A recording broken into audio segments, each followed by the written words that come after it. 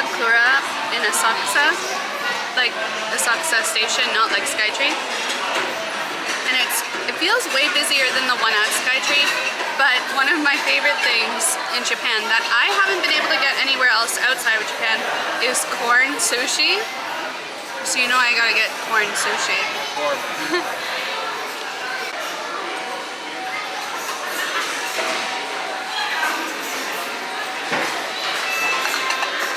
We came back to the restaurant we went to last spring because we really liked it, and we're gonna be meeting up with Emily again, so that's really exciting.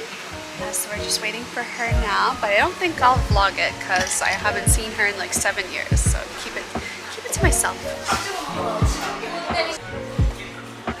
I got this thing.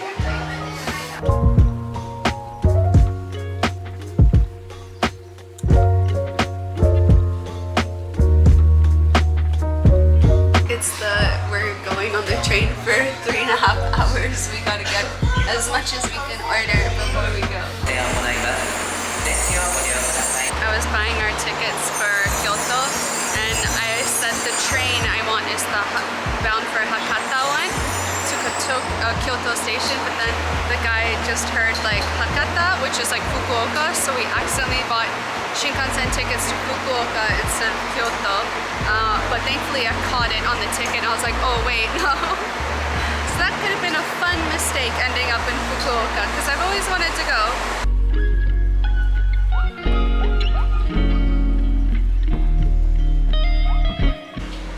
Before getting to our Airbnb, we're in this grocery store called Ikari, and I've never seen this chain before, but it's like bougie Japanese grocery store. And they got so much great food. So we're stocking up because we're in like kind of the deep suburbs around Arashiyama. So there's like not many restaurants. So we're gonna get a lot of food here.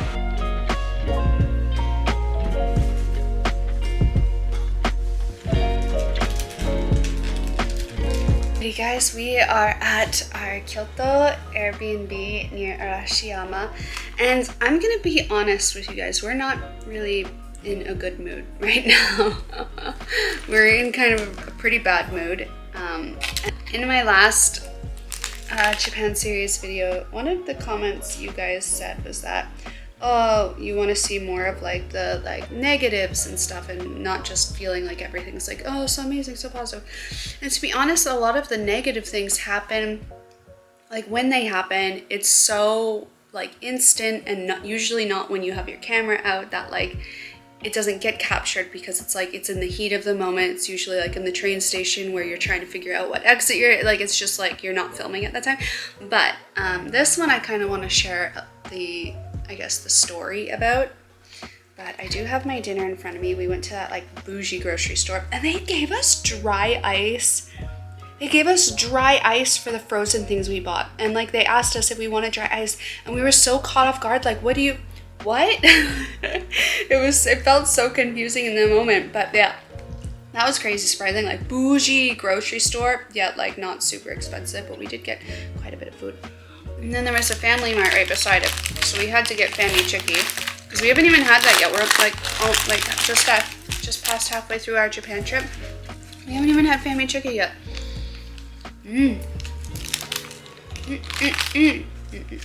Yeah, let's do a story time now. So, this Airbnb, I regretted not booking last year because I've always wanted to experience what it's like living in a traditional, modern-esque, like modern meets traditional, like newer, old school Japanese house.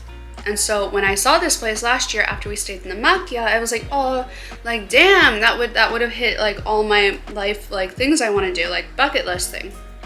And so this year I was like, we have to book this place. So we booked it pretty far in advance. I would say like the beginning of February, late January, something like that. We booked this Airbnb. And one mistake I made that I didn't realize when booking this place is I forgot to set the number of people to 2 instead of 1. Didn't even notice it. I kid you not, like a week before we were due to arrive, and we're talking like end of April, like months later, the host messaged us being like, oh, you need to fix this, like you checked in the wrong amount of people.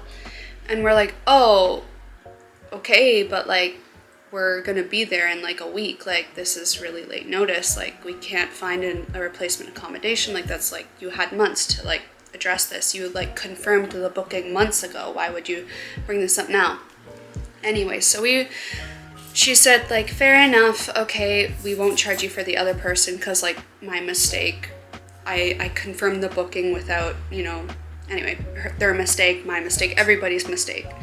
So we get to the Airbnb after our Shinkansen and walking here, double train transfer, we're tired, whatever. And I was surprised that the host was waiting to greet us.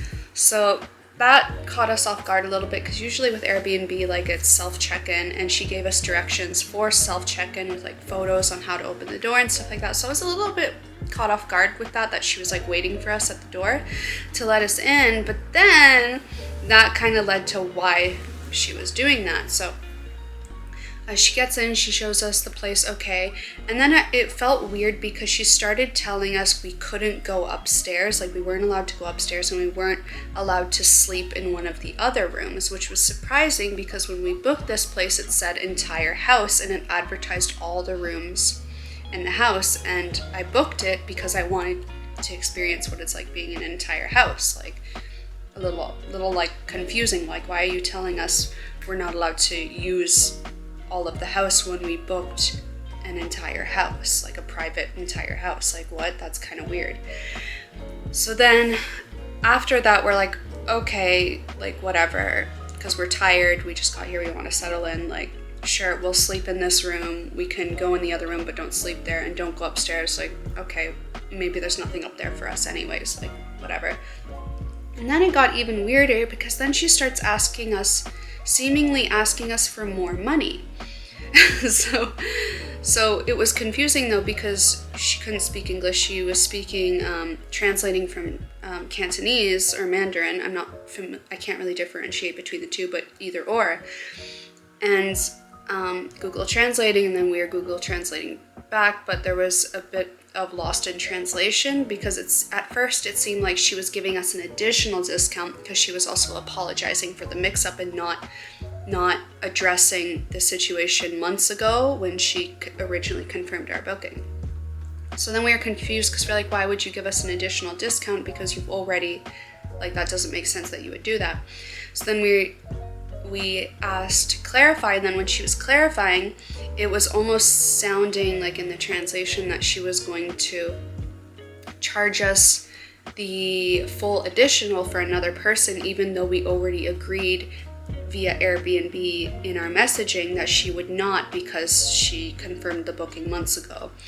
And like, you can't, change that and start asking for hundreds of dollars more a week before we arrive at the Airbnb, So then we spent a while being very flustered until we realized what she was asking was that she wanted to charge us like 7,500 yen, so like $50 more, but not the full amount for if it was two people, just the 7,500, which again is kind of like, well, that's not what we agreed upon, that's not what you said. And like, if that was the case, like, maybe we probably wouldn't be here, right? We probably would have found something else, who knows, right? So we agreed to it because she said just leave it in cash when you leave. So she's like trusting us that we would do it. But at the same time, it felt very sour and very foul, because we just got here, it's the nighttime, we're tired. You already told us that you wouldn't charge us for the additional person because you already confirmed our booking months ago. And now as soon as we get here in person, you're gonna say you want, like, even though it's a small amount, which, okay, we're okay with, but still, it just puts such a foul taste in your mouth to do that when you already agreed multiple times to not do that. So that put us in a really bad mood, because for starters, why is that happening when it's already been agreed upon, And secondly, to tell us we're not allowed to use aspects of the Airbnb that we reserved. Like, this is the entire house. Like, that's what you advertised. That's why we booked this place. That's why I booked this place. And if I knew that, you know, the situation would be like this, where I would arrive, and on arrival, she would tell me I'm not allowed to go upstairs and I'm not allowed to sleep in the other tatami room, where in the advertisement shows futons in all the rooms. Like, that's just really upsetting for me, because I would have found a different accommodation. Or if I knew I would be restricted on the rooms that I can use in the advertised entire place, I would have just gotten a makia again, right? But so we're just feeling really, like, it feels a little gross. It's been a bit of a bitter start to it. Like, I'm still super grateful and happy. This place looks stunning, but at the same time, like, you're telling us we're not allowed to use the whole space. So it's just really, really bad. So I think, like, even though I'm not really somebody who likes leaving bad reviews, I think this is like something I think other people should be aware about, that these things can happen with this Airbnb and host, and then it's kind of a little bit of false advertising, because they determine if you don't have a large enough party for an entire house that they're going to restrict your access of the house that you're renting, which just blows my mind, is absolutely baffling. But either way, that's kind of one of the negatives of this Japan trip so far. And so far, there haven't really been any bad negatives. It's just been like, you know, being tired or being confused in the subway suddenly, like little things like that. But this one is definitely a big damper and bad mood. So we're just gonna try to forget about it, you know, just try to enjoy our evening, and then start tomorrow fresh, and not try to kind of limit communication with our host for the rest of this stay, to avoid any further complications or disagreements or anything like that. But yeah, it's just really disappointing, because it's such a beautiful, like, this is what I've always wanted to experience, and it's just like, oh, okay, you know. But anyway, we're gonna eat, go to bed, and start tomorrow fresh, and try to forget about the bad mood.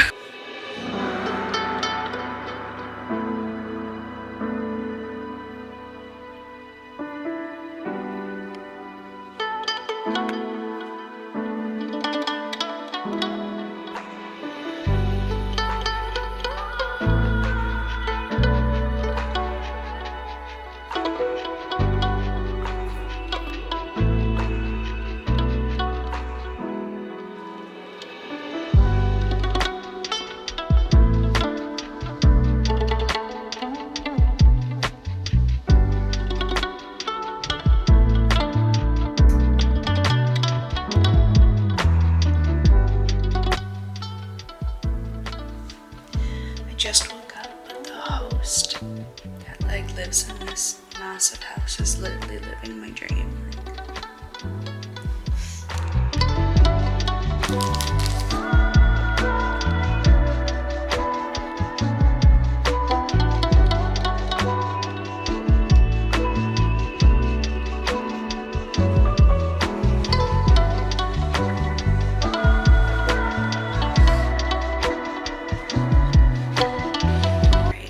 Currently getting ready. We have to leave in about 40 minutes, but today is going to be a really fun day, because today is the kimono day of being in Kyoto, and this time I'm not sick, and I was able to get a reservation and not just stumbling around trying to find a place that has an availability. So I'm going to share with you guys where I'm going. I think it's called Kyolan Kimono, and it's kind of not in the core of Arashiyama, like not around Arashiyama station, but it's like Shin Arashiyama, I don't know, it's like a different station. Still walking distance to Arashiyama. So I'm really looking forward to, you know, actually having a reservation. So maybe I'll have more options, but it's gonna be a beautiful sunny day in Kyoto, the perfect day for kimono and photos and whatnot, but it will be hot, so there's the chance I'll get way too sweaty in the kimono, but we'll see. But so far we're really enjoying our morning in the Airbnb, and all the moodiness from yesterday is almost gone. So yeah, it's gonna be a fun and exciting day. I kind of did my hair because I have a few extensions in my hair and I don't want to get an ouch having them do my hair really fast, so I just did it really quickly and hopefully it will keep up. But we are headed to the Kimono rental place now. We should get there on time, but this neighborhood is like super pretty and super quiet and nice, but like it's just so quiet.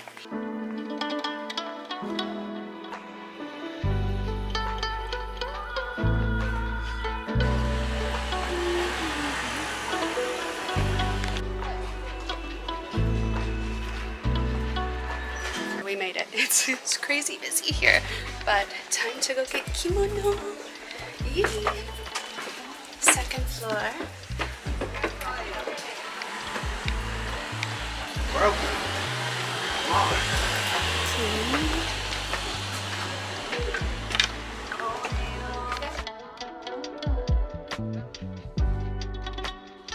There's a lot of styles to choose from. I don't know which one, but this is really pretty. Maybe.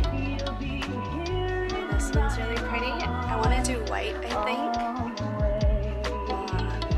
So it's really funny because like it's super hot today. It's gonna be like 28, so I bought these.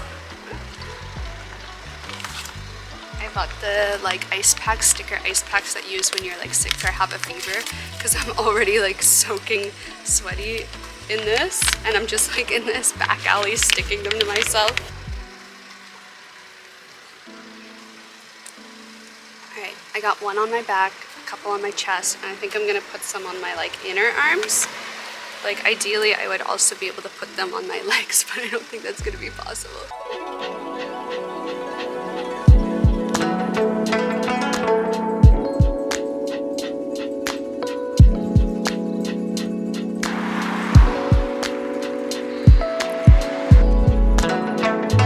As assumed, it is phenomenally busy, but maybe a little less than last year, just guessing.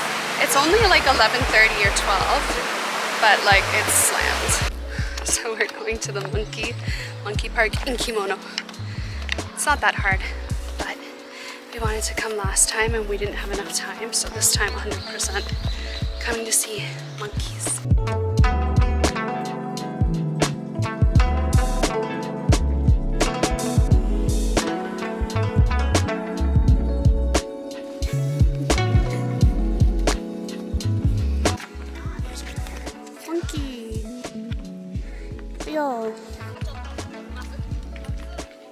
We made it up the mountain in Kimono.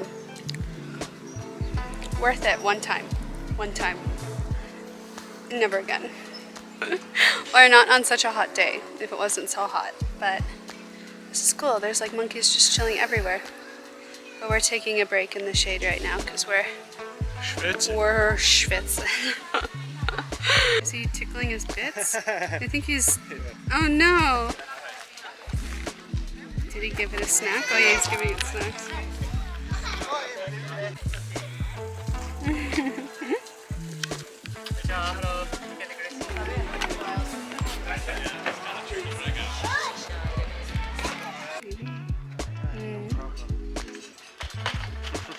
Wow. Yeah, right? They're all just running down the...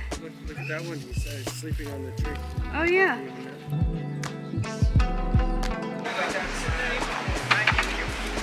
Contemplating if we should do rickshaw or not. Depends how much it is maybe, and where they go. So we stopped in this cafe right on like the main street, which I'm surprised we can get in. I feel like it just opened, but I'm not too sure. But anyway, that was a challenge, but I'm happy I was like I was literally the one person to go up the mountain in Kimono. It's not impossible if you take your time, but it was really sweaty. But going down was easy. And going down, I have a story I'll probably tell you guys a little bit later because it's kind of quiet in here, but it's like a super nice cafe. But we need iced coffee, we need water, and maybe a little snack.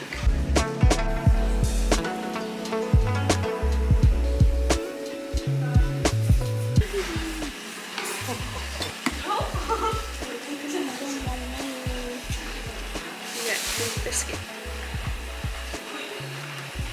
Coffee for you? I'm not really hungry, so you can eat. Biscuit, biscuit.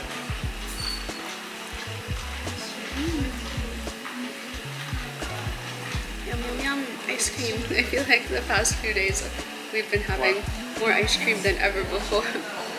We're in Japan, right? We're done there, and now it's time for part 2 of our adventure.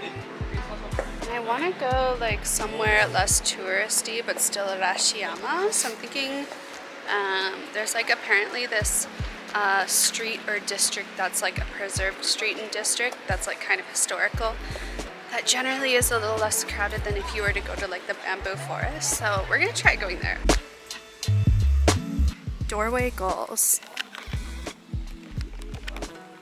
Telling my friend Emily the other day when we met up that one of our favorite things to do in Japan is to just walk around the back streets, because like we have to go on the main street for a bit, but yeah, like it's super awesome to go to like the extreme tourist destinations, because like those are extreme tourist destinations for a reason, right? Like they are what they are. But after you do that, it's always amazing to like take the opportunity to just like quietly stroll through like the actual like places people live and stuff like that, to get their true like feeling of like, okay, what is it actually like here? And you can find some amazing things as well. Like the place that we met up with her the other night, like she's been living in Japan for 10 years and her husband didn't know about it whatsoever, and we introduced them to a new area just because we wandered into it, right? So it's nice.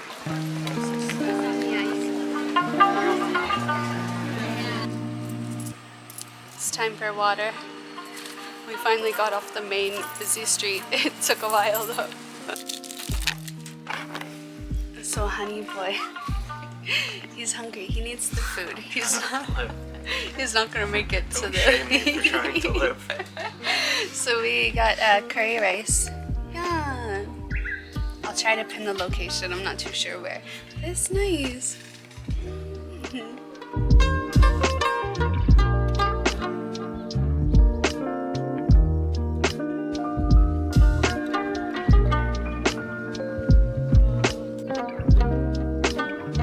So we've made it to the preserved street area, like historical street. But we didn't realize that stopping for the curry rice would impede the hours of operation for the specific temple we're going to. And it closes in like 20 minutes, something like that. 15 maybe. Who knows if we'll make it in. But either way, it was worth the walk. This is like, it's so pretty and there's barely anybody here.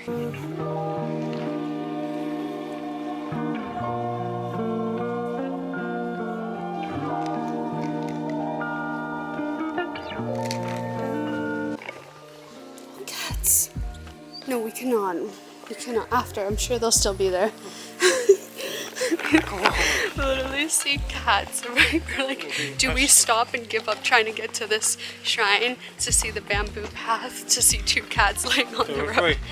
3? Well, that changes everything. Alright, they let us in like 7 minutes to close.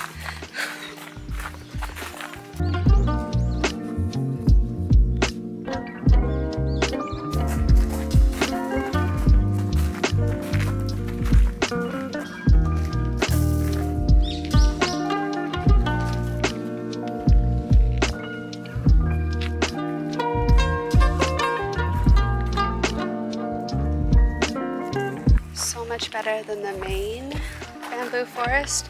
You do have to pay to get into this one, 500 yen a person, and the bamboo's really, really short, but otherwise really, really great. But we gotta leave because they're closed now.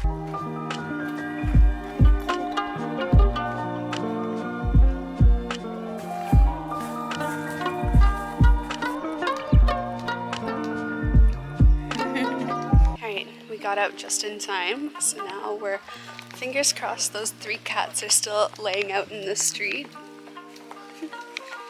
But this area is so cool. I had no idea about it previously, but it was well worth the 30-minute walk to come down here. It's like super quiet, but like even if you do come down here, like it's a lot of locals that live here, so like you should be quiet and respectful, obviously, and not like crowd anything or like do too much like photoing of people's houses.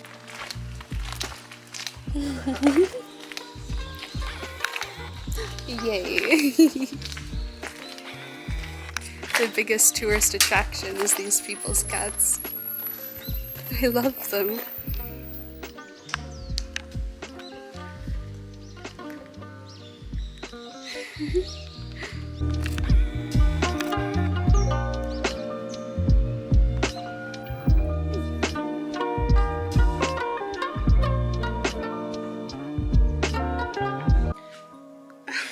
We are back home from our full day in Arashiyama. I am exhausted. I am so sweaty, but the cool patches I had on, I still have some on my chest, really helped, but I think about halfway through the day they kind of wore off. Like they're still a little cool, but not nearly as cool as they were in the beginning, but that helped like significantly. But damn, I'm dead tired.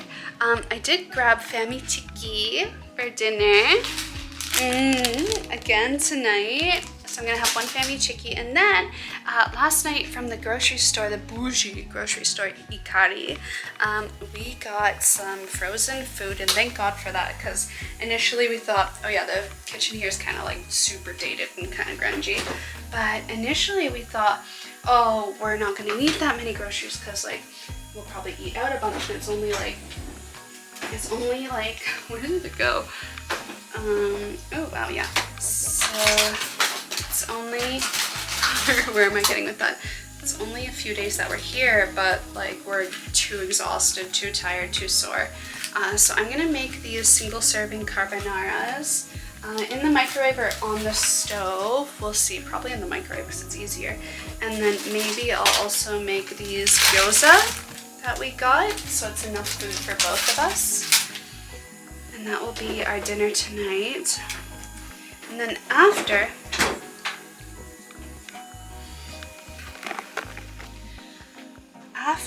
I will shower and bathe because I am so sweaty. I was telling the lady at the kimono store, Kaolan, that like, sorry, like I sweat the kimono, but like it's okay. But I was like confused because all the other, like when it was late at night and I was trying to get a last minute reservation somewhere, I noticed that like so many of the places surrounding like the Arashiyama subway stations, like there's like 3 different train stations you can take to get there from what I believe, and all the ones that are more in like the core main area of Arashiyama were like fully booked out. And then the one that I found that's like at like kind of the other station before the Arashiyama station, which is literally like a 10-minute walk into Arashiyama, like the core, there was like availability. And then when I went in there at 11 a.m. there was no one else in there. And then when I got back to return my kimono, literally 15 minutes before they closed at the return time, I was the only like returned bag. So like when you put kimono, you put your clothes in a numbered bag and they store it for you during your reservation, and you can leave like your belongings there that you don't want to bring with you when you rent kimono.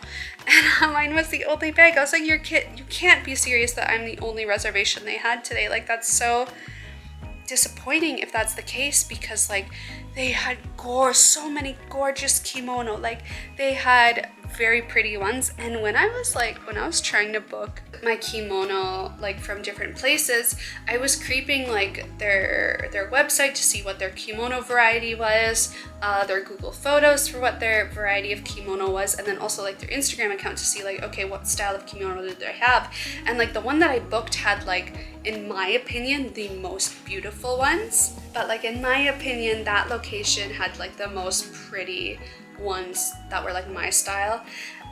And so I don't know, if you guys are coming through Arashiyama and you want to do kimono rental here, definitely check out the place that I went to, like not sponsored, like I found it organically on my own, because like I think they have amazing options. They were so friendly and so kind. They also do hair service as well, and they have like so many different variations of kimono and unique and modern styles as well. I went with like traditional set, and like they definitely deserve more business. I don't know if it was just like a chance that they didn't have so many customers today, but like yeah, I definitely preferred my kimono out of all the kimonos that I saw today, but like there was other pretty kimonos that I saw, but I personally think my kimono today was the prettiest one, but I'm biased, but anyway, I'm gonna make dinner, relax, and have a bath, and that's it for today's adventure.